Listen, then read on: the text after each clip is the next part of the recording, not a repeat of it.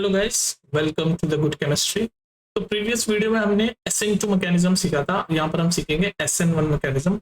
देखो, SN2 और SN1 mechanism में बहुत से बच्चे कंफ्यूज रहते हैं। आप थोड़ा सा अपना फोकस रखोगे तो आपको क्लैरिटी दिखेगी कि क्यों दोनों अलग रिएक्शंस हैं। बिकॉज दोनों ही SN2 हो चाहे SN1 हो, S फॉर सब्सटीट्यूशन, दोनों में ही न्यूक्लियोफाइल का सब्सटीट्यूशन हो रहा है। Substitution. N stand for nucleophilic, nucleophilic. और ये जो वन है, न्यूमेरिक वन है, इसका मतलब होता है एक मॉलिक्यूल पार्टिसिपेट कर रहा है रेट डिटरमिनिंग स्टेप में। रेट डिटरमिनिंग स्टेप मतलब कि किस रेट से आपकी रिएक्शन होगी, कितनी फास्ट रिएक्शन होगी, रेट क्या है उस रिएक्शन को होने का। उस स्टेप, तो वो जो स्टेप है जो डिसाइड करता है कि रिएक्शन कितनी फास्ट होगी, उस स्टेप में एक ही मॉलिक्यूल आपका पार्टिसिपेट कर रहा है, तो यूनी मॉलिक्यूल, यूनी मॉलिक्यूलर। इसमें कंफ्यूजन है ना? अभी भी क्या बोला मैंने ही बोला, गौर से सुना, देखो दोबारा सुनो। जब आपकी रिएक्शन होती है तो रिएक्शन कितनी फास्ट हो रही है उसके लिए कोई भी, जैसे ये आपका जो SN1 रिएक्शन है ना, 2 स्टेप में होता है। 2 स्टेप में होता है, ये आपको पता है, क्लियरिटी रखो आप। SN1 रिएक्शन आपका 2 स्टेप में होता है और SN2 रिएक्शन आपका एक ही स्टेप में, सिंगल स्टेप में हो जाता है। सिंगल स्टेप में, तो सिंगल स्टेप में ही 2 मॉलिक्यूल इन्वॉल्व हो जाते हैं, जिसलिए हम उसको बोलते हैं बाय मॉलिक्यूल। सिंगल स्टेप में ही, SN2 की बात कर रहा हूं मैं पहले, सिंगल स्टेप में ही 2 मॉलिक्यूल इन्वॉल्व होते हैं। ठीक है, अब देखो इसी चीज को एग्जांपल से समझो। SN2 वाली चीज आप SN2 वाली वीडियो में देख लेना। अभी हम बात कर रहे हैं SN1 रिएक्शन की। तो इसमें जो रेट डिटरमाइनिंग स्टेप है उसमें एक ही मॉलिक्यूल आपका पार्टिसिपेट करता है। मैं कहना क्या चाह रहा हूं, जरा हम रिएक्शन से समझते हैं। तो मान लो आपका ये बना है CH3 थ्राइस C और मान लो Br है, और इसको हम रिएक्ट करवा रहे हैं, ये हमारा न्यूक्लियोफाइल है OH के साथ। तो आपका क्या बनेगा, वो आपको जो ये जो मैकेनिज्म, ये जो रिएक्शन होगा, ये रिएक्शन टेक प्लेस होगा किससे? SN1 रिएक्शन मैकेनिज्म से ये टेक प्लेस होगा। ठीक है, तो मैं आपको ये दिखा रहा हूं कि जब ये और ये रिएक्ट करेंगे SN1 मैकेनिज्म से तो क्या प्रोडक्ट बनेगा। अब हम देखते हैं। ठीक है, समझ आ गया ना? तो ये इसको हम बनाते हैं थोड़ा सा। तो C और इसके पास चारों तरफ CH3 है, तीनों तरफ, और ये ब्रोमीन जुड़ा हुआ है। ठीक है, तो पहले तो मुझे ये बताओ किस टाइप का ये जो कार्बन है, किस टाइप का कार्बन है। भाई ये कार्बन जिससे ब्रोमीन जुड़ा हुआ है वो फर्दर 3 कार्बन से जुड़े हुए हैं। ये भी कार्बन, ये भी कार्बन, ये भी कार्बन। तो ये किस तरह का कार्बन है? Tertiary, 3 degree tertiary carbon, tertiary carbon से जुड़ा हुआ है। अब देखो क्या होगा, ये जो ब्रोमीन, क्योंकि ये देखो ये जो टर्शरी कार्बन है ना, तो ये जो कार्बन है, ये जो टर्शरी कार्बन है, इसलिए ज्यादा क्या होगा, स्टेबल होगा। क्या होगा ये? स्टेबल। हमेशा ध्यान रखना, 3 डिग्री कार्बन हमेशा स्टेबल होगा, उसके बाद 2 डिग्री होगा और सबसे कम स्टेबल होगा 1 डिग्री। तो ये तो 3 डिग्री कार्बन है, तो ये बहुत स्टेबल है, ये बहुत स्टेबल है। तो ये जो है ना, ये ब्रोमीन है। ब्रोमीन आपको पता है कि हाईली इलेक्ट्रोनेगेटिव है देन कंपेयर टू कार्बन। तो ब्रोमीन की टेंडेंसी जरूर होती है कि वो अपनी तरफ इलेक्ट्रॉन खींचे। ये इलेक्ट्रोनेगेटिविटी में समझा चुका हूं तुम्हें। इलेक्ट्रोनेगेटिव मतलब एबिलिटी टू अट्रैक्ट इलेक्ट्रॉन। किसी भी एलिमेंट की जो एबिलिटी होती है इलेक्ट्रॉन को अट्रैक्ट करने की, उसको हम फैंसी वर्ड में बोलते हैं इलेक्ट्रोनेगेटिविटी। ठीक है ना? अब होगा क्या कि ब्रोमीन की टेंडेंसी तो है अपनी तरफ इलेक्ट्रॉन खींचने की, लेकिन ये जो ब्रोमीन है ये किस कार्बन से अटैच्ड है? जो कि टर्शरी कार्बन है। तो टर्शरी कार्बन है इसलिए बहुत ज्यादा स्टेबल है। तो ये जो स्टेप है ना, ये स्टेप होगा जिसमें कि ये वाला जो इलेक्ट्रॉन है, ये जो इलेक्ट्रॉन है ये, और ये ब्रोमीन में कितने इलेक्ट्रॉन होते हैं? 7 होते हैं। 1 2 3 4 5 6 और ये 7, तो ये 7। तो ब्रोमीन क्या चाहता है? ब्रोमीन चाहता है कि कार्बन वाला इलेक्ट्रॉन अपनी तरफ खींच ले, कार्बन वाला इलेक्ट्रॉन अपनी तरफ खींच ले, क्योंकि ये ज्यादा इलेक्ट्रोनेगेटिव है। लेकिन होगा क्या कि कार्बन जो है ये बहुत ही स्टेबल है, ये अपने आप में जो ब्रोमीन जुड़ा हुआ है बहुत ही स्टेबल कंपाउंड है। तो ये जो स्टेप है, कि कार्बन इसको इलेक्ट्रॉन दे दे, ये बहुत ही स्लो स्टेप है। जैसे SN2 मैकेनिज्म में जो कार्बन होता है वो टर्शरी नहीं होता है, या तो 2 डिग्री होता है या 1 डिग्री होता है। SN2 मैकेनिज्म 3 डिग्री में नहीं हो पाएगा क्योंकि स्टेरिक हिंड्रेंस हो जाती है। स्टेरिक हिंड्रेंस मतलब जो न्यूक्लियोफाइल अटैक करता है वो अटैक नहीं कर पाएगा, क्योंकि चारों तरफ इसके कार्बन कार्बन होंगे तो स्टेरिक हिंड्रेंस मतलब आसान भाषा में मतलब भीड़ होगी, कार्बन की भीड़ होगी, तो वो जो न्यूक्लियोफाइल अटैक करना होता है यहाँ पर वो नहीं कर पाएगा। समझ रहे हो ना? तो SN2 मैकेनिज्म हमेशा 1 डिग्री में सबसे अच्छा होगा और फिर उससे कम 2 डिग्री में, लेकिन 3 डिग्री में SN2 मैकेनिज्म नहीं होगा। लेकिन उसका बिल्कुल अपोजिट जो SN1 मैकेनिज्म है वो 3 डिग्री में सबसे अच्छा होगा और उसके बाद 2 डिग्री में, और 1 डिग्री में वो नहीं हो पाएगा क्योंकि 1 डिग्री में वो स्टेबल नहीं होता, कार्बन स्टेबल नहीं होता। तो ये स्लो स्टेप होगा जिसमें कि कार्बन अपना इलेक्ट्रॉन लूज करेगा, ये कार्बन अपना इलेक्ट्रॉन लूज करेगा, और इसी को हम बोलते हैं रेट डिटरमाइनिंग स्टेप। रेट मतलब स्पीड को डिटरमाइन कर रहा है कि स्पीड रिएक्शन की कैसे होगी। तो ये जो रेट डिटरमाइनिंग स्टेप है, ये रेट डिटरमाइनिंग स्टेप है, ये कैसा होगा? स्लो स्टेप होगा। ये कैसा होगा? Slow step. ठीक है, अब देखो ये मान लो स्लोली ये हो गया, ये कार्बन ने इलेक्ट्रॉन ले लिया, तो अब क्या होगा नेक्स्ट? स्लोली ये हो गया, अब क्या होगा? ये कार्बन ये इलेक्ट्रॉन दे देगा, तो नेक्स्ट स्टेप में क्या होगा आपका? और ध्यान रखना ये OH माइनस आपका जो कि एक न्यूक्लियोफाइल है, OH माइनस जो आपका एक न्यूक्लियोफाइल है, और ये वीक न्यूक्लियोफाइल, वीक न्यूक्लियोफाइल। अब आप कहोगे सर SN2 मैकेनिज्म जब आप पढ़ा रहे थे तो ये तो OH माइनस आप स्ट्रॉन्ग न्यूक्लियोफाइल बोल रहे थे। ये बेसिकली जो OH माइनस है ये किससे बना है? H2O से तो बना है, वाटर से, वाटर से बना है। ठीक है, तो वाटर जो ये जो आपके SN1 मैकेनिज्म है ना, ये प्रोटिक सॉल्वेंट में ही अच्छे से होता है। प्रोटिक, ये टर्म भी याद कर लो, प्रोटिक सॉल्वेंट। प्रोटिक सॉल्वेंट मतलब जो H+ आयन दे देते हैं, जैसे कि वाटर, वाटर जो होता है वो H+ आयन रिलीज कर देता है। तो ये जो OH माइनस है ऐसे ही तो बना है, जैसे मैं देखो तो मैं पहले बताता हूँ वाटर से OH माइनस कैसे बनता है। इसको आप थोड़ी देर के लिए भूलो, हम वापस आते हैं। पहले हम देखेंगे कि जो OH माइनस है कैसे बना। तो जैसे वाटर है, ये ऑक्सीजन, ये वाटर, ये 2H, ये बना वाटर। इसके ऊपर कितने लोन पेयर है? ठीक है, ये आपका है। अब मान लो एक और, क्योंकि वो जो आपका वाटर है वो एक्सिस में है, तो एक और आपके सामने वाटर का मॉलिक्यूल है, इसको हम दूसरे पेज पे करते हैं। अभी जरा ध्यान से देखो OH माइनस कैसे आया। अभी SN1 पे हम वापस जाएंगे, पहले एक सेकंड आप देखो कि OH माइनस कैसे आया। तो ये आपका ऑक्सीजन, ये आपके 2 हाइड्रोजन। ऑक्सीजन में कितने होते हैं? 6 वैलेंस इलेक्ट्रॉन होते हैं, तो 1 2 3 4, यानी 2 लोन पेयर है, और ये 5 और 6। और हमें पता है ऑक्सीजन ज्यादा इलेक्ट्रोनेगेटिव है, तो ऑक्सीजन के ऊपर पार्शियल नेगेटिव चार्ज है, और हाइड्रोजन, दोनों हाइड्रोजन के ऊपर पार्शियल पॉजिटिव चार्ज है। अब हम ऐसे ही एक और वाटर का मॉलिक्यूल ले लेते हैं। भाई वाटर है, एक्सेस में है, तो बहुत सारे वाटर मॉलिक्यूल्स होंगे, तो एक और वाटर मॉलिक्यूल ले लेता हूँ मैं, एक को ले लेता हूँ, ये ऑक्सीजन, ये हाइड्रोजन, 2 ऑक्सीजन के ऊपर 2 लोन पेयर, 2 लोन पेयर, 1 2 3 4, और ये 5 6 जो बॉन्ड के साथ हैं। वो तो हमें पता है ऑक्सीजन ज्यादा इलेक्ट्रोनेगेटिव है, तो ऑक्सीजन के ऊपर पार्शियल नेगेटिव चार्ज है, वो दोनों हाइड्रोजन के ऊपर पार्शियल पॉजिटिव चार्ज है। अब देखो क्या होगा, अब होगा क्या देखो। अब एक्चुअली होता क्या है कि ऑक्सीजन ज्यादा इलेक्ट्रोनेगेटिव है, तो ऑक्सीजन क्या चाहेगा? ऑक्सीजन चाहेगा कि जो हाइड्रोजन का भी ये जो इलेक्ट्रॉन है ये अपनी तरफ खींच ले, ये अपनी तरफ खींच ले। तो फिर ये क्या बच जाएगा? ये सिर्फ H+ बच जाएगा। अभी सिर्फ प्रोटॉन हो गया H+, तो ये नेगेटिव है, तो ये इसके साथ बॉन्ड बना लेगा। तो इस रिएक्शन के बाद क्या बनेगा आपका? इस रिएक्शन के बाद आपका क्या बनेगा? ये ऑक्सीजन और ये प्रोटॉन, इसने इलेक्ट्रॉन ले लिया इसका, तब इसके पास 2 3 4 और 5 6 और नेगेटिव चार्ज आ गया, क्योंकि इसने ये हाइड्रोजन वाला इलेक्ट्रॉन ले लिया, ये नेगेटिव चार्ज। और ये बॉन्ड जो है, एक सेकंड,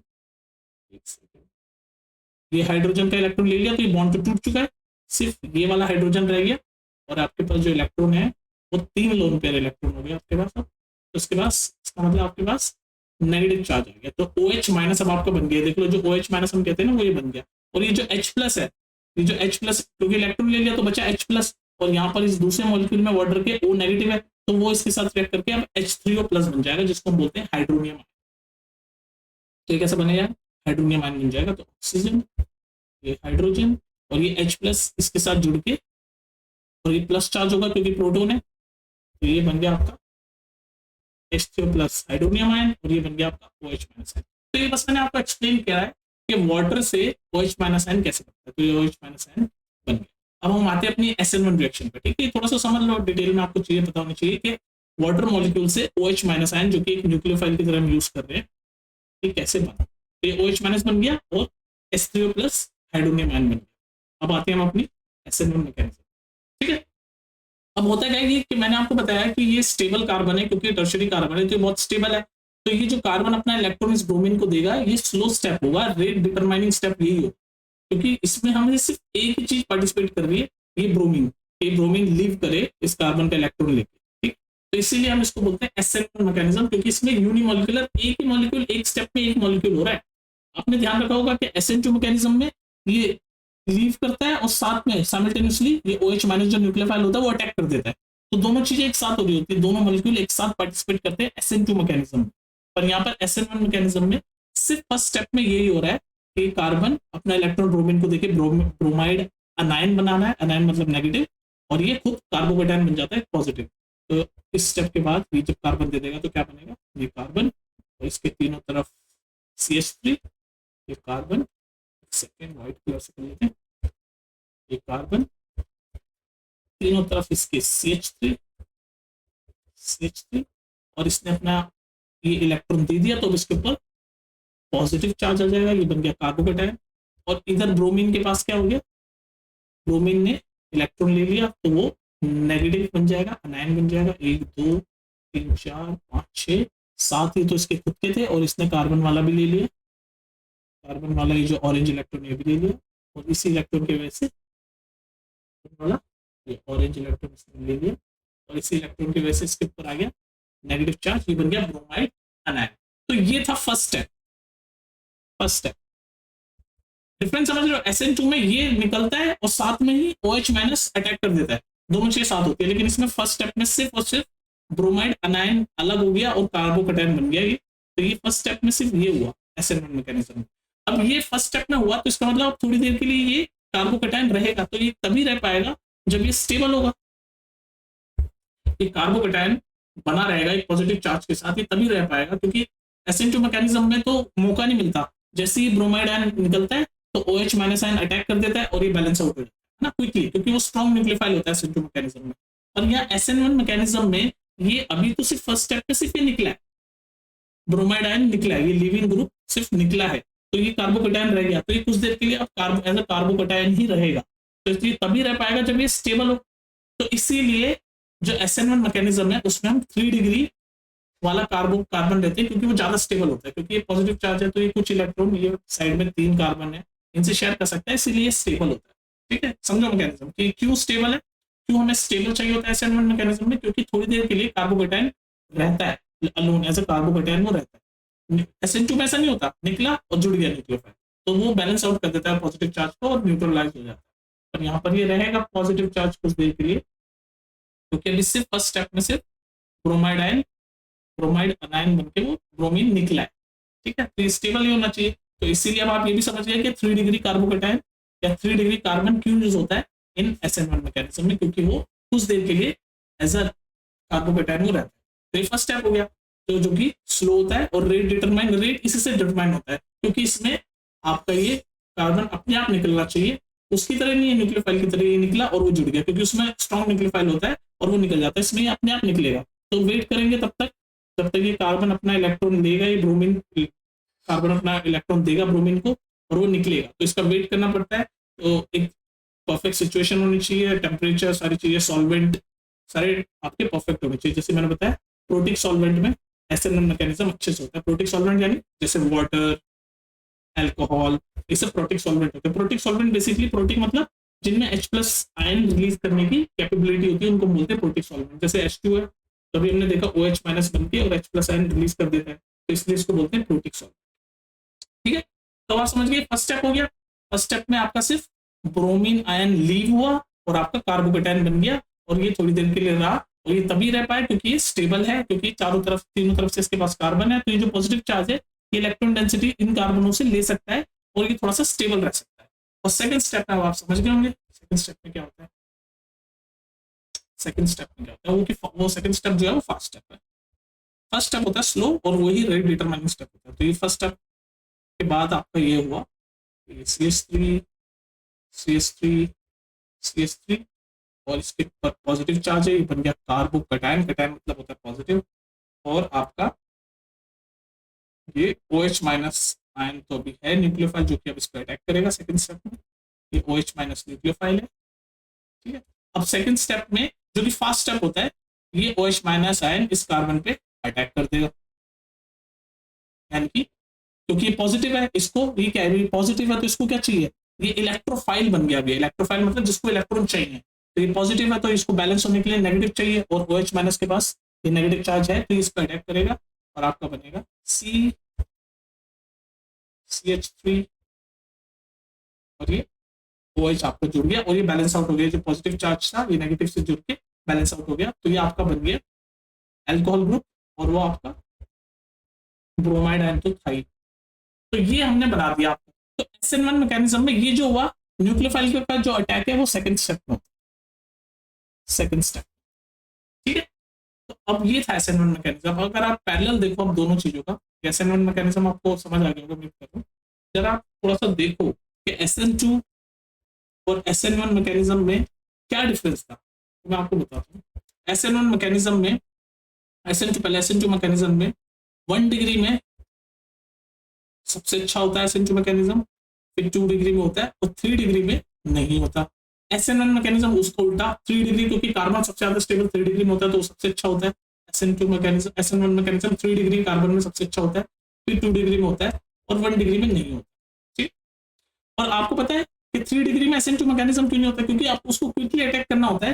तो जब 3 डिग्री कार्बन होता है मतलब तीनों तरफ भी कार्बन है, 3 डिग्री कार्बन मतलब इस कार्बन के तीनों तरफ भी कार्बन है, तो ये जब अटैक करना होता है न्यूक्लियोफाइल को क्विकली, तो क्विकली अटैक नहीं कर सकता क्योंकि चारों तीनों तरफ कार्बन है, तो भीड़ हो जाती है। इस भीड़ को ही केमिस्ट्री की भाषा में, कार्बनों की भीड़ हो गई, इस भीड़ को ही केमिस्ट्री की भाषा में बोलते हैं स्टेरिक हिंड्रेंस।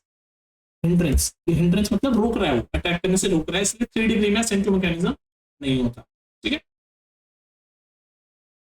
तो SN2 मैकेनिज्म सबसे अच्छा 1 डिग्री में होता है, फिर 2 डिग्री में होता है, 3 डिग्री में नहीं होता। SN1 मैकेनिज्म 3 डिग्री में सबसे अच्छा होता है, फिर 2 डिग्री में होता है एवरेज लेवल पे, और 1 डिग्री में SN1 मैकेनिज्म नहीं होता क्योंकि कार्बन अनस्टेबल होता है, इसमें कार्बन सबसे ज्यादा अनस्टेबल होता है। और SN1 मैकेनिज्म में आपको कार्बन स्टेबल चाहिए, क्योंकि एक स्टेप में आपका सिर्फ और सिर्फ ब्रोमीन जो भी आपका हेलोजन आयन है वो सिर्फ लीव करेगा, और एज अ कार्बोकैटायन उसको थोड़ी देर के लिए स्टे करना पड़ेगा एज अ कार्बोकैटायन। तो वो स्टे करने के लिए वो कार्बन स्टेबल होना चाहिए, वो स्टेबल 3 डिग्री में मिलेगा, ठीक है। तो ये आपका समझ गया। और SN2 मैकेनिज्म में न्यूक्लियोफाइल स्ट्रॉन्ग न्यूक्लियोफाइल होना चाहिए, स्ट्रॉन्ग न्यूक्लियोफाइल मतलब स्ट्रॉन्ग न्यूक्लियोफाइल मतलब जैसे ये कार्बन है, तीनों तरफ हाइड्रोजन है, SN2 का बता रहा हूँ, तीनों तरफ हाइड्रोजन है और ये ब्रोमीन है, और मान लो कोई आपका स्ट्रॉन्ग न्यूक्लियोफाइल, मान लो OH मान लेते हैं, ये स्ट्रॉन्ग न्यूक्लियोफाइल की तरह, तो ये फटाफट क्या होगा, ये ब्रोमीन लीव करेगा और उसी समय साइमल्टेनियसली OH माइनस अटैक कर देगा। तो ये दोनों चीजें, ये दोनों मॉलिक्यूल एक साथ आपके पार्टिसिपेट कर रहे हैं, एक ही रिएक्शन में हो जाएगा, एक ही टेक में, कि ये कार्बन ने लीव किया अपना इलेक्ट्रॉन, पॉजिटिव चार्ज बना और OH ने ऐड कर दिया। तो SN2 में ऐसे होता है। पर SN1 में कैसे होता है, SN1 में ऐसे नहीं होता। SN1 में आपको पता है कि पहले तो 3 डिग्री है, तो ये स्टेबल, ये ब्रोमीन है, तो ये ब्रोमीन फर्स्ट स्टेप में सिर्फ ये ब्रोमीन निकलेगा, तो वेट करना पड़ेगा कि कब ब्रोमीन अपना ये कार्बन से इलेक्ट्रॉन लेके निकलेगा, तो वेट करना पड़ेगा। तो rate determining step first step में सिर्फ ये निकलेगा, फर्स्ट स्टेप में जब ये निकलेगा तो फिर क्या बनेगा, ऐसे CH3 और ये सिर्फ बना, अभी ये फर्स्ट स्टेप में सिर्फ ये बन गया कार्बोकैटायन। फिर सेकंड स्टेप में इस कार्बोकैटायन पे OH अटैक करता है, ठीक है। तो ये दो स्टेप में होता है। तो इसीलिए जो फर्स्ट स्टेप में जब ये हो जाता है तो उसके बाद ये कार्बोकैटायन को थोड़ी देर के लिए ऐसा कार्बोकैटायन स्टे करना पड़ता है, तो तभी कर पाएगा जब वो स्टेबल होगा। स्टेबल कब होता है, जब तीनों तरफ उसके कार्बन है, यानी कि 3 डिग्री, ठीक है। तो ये था आपका SN1 मैकेनिज्म। इसके कुछ डिफरेंस भी समझ लो। SN1 मैकेनिज्म 3 डिग्री में सबसे अच्छा होता है, SN2 मैकेनिज्म 1 डिग्री में सबसे अच्छा होता है। SN2 मैकेनिज्म के लिए स्ट्रॉन्ग न्यूक्लियोफाइल चाहिए होता है, इसमें वीक न्यूक्लियोफाइल में आपका काम हो जाता है। और SN2 मैकेनिज्म में 2 मॉलिक्यूल पार्टिसिपेट करते हैं एक ही स्टेप में। SN1 मैकेनिज्म में एक मॉलिक्यूल पार्टिसिपेट करता है रेट डिटरमाइनिंग स्टेप में। इसमें रेट डिटरमाइनिंग की कितनी स्पीड से होगा, उसमें दोनों मॉलिक्यूल मतलब लिविंग ग्रुप भी और जो न्यूक्लियोफाइल दोनों पार्टिसिपेट करेंगे। पर इसमें SN1 मैकेनिज्म में बस ये लिविंग ग्रुप बेसिकली पार्टिसिपेट करता है कि भाई रेट डिटरमाइनिंग स्टेप कैसा होगा, मतलब कितनी जल्दी ये ब्रोमीन लीव करेगा, उसी पे इसकी रेट डिपेंड करती है कि कितनी फास्टली SN मैकेनिज्म हो जाएगा। क्योंकि एक बार ये ब्रोमीन ग्रुप निकल गया तो फिर इसके बाद ये जो न्यूक्लियोफाइल है वो तो जल्दी से क्विकली फास्टली अटैक कर देता है। ठीक है, तो ये था SN1 मैकेनिज्म, और थोड़ा सा हमने कंपैरिजन भी देखा SN2 वर्सेस SN1 में। चलो फिर मिलते हैं नेक्स्ट वीडियो।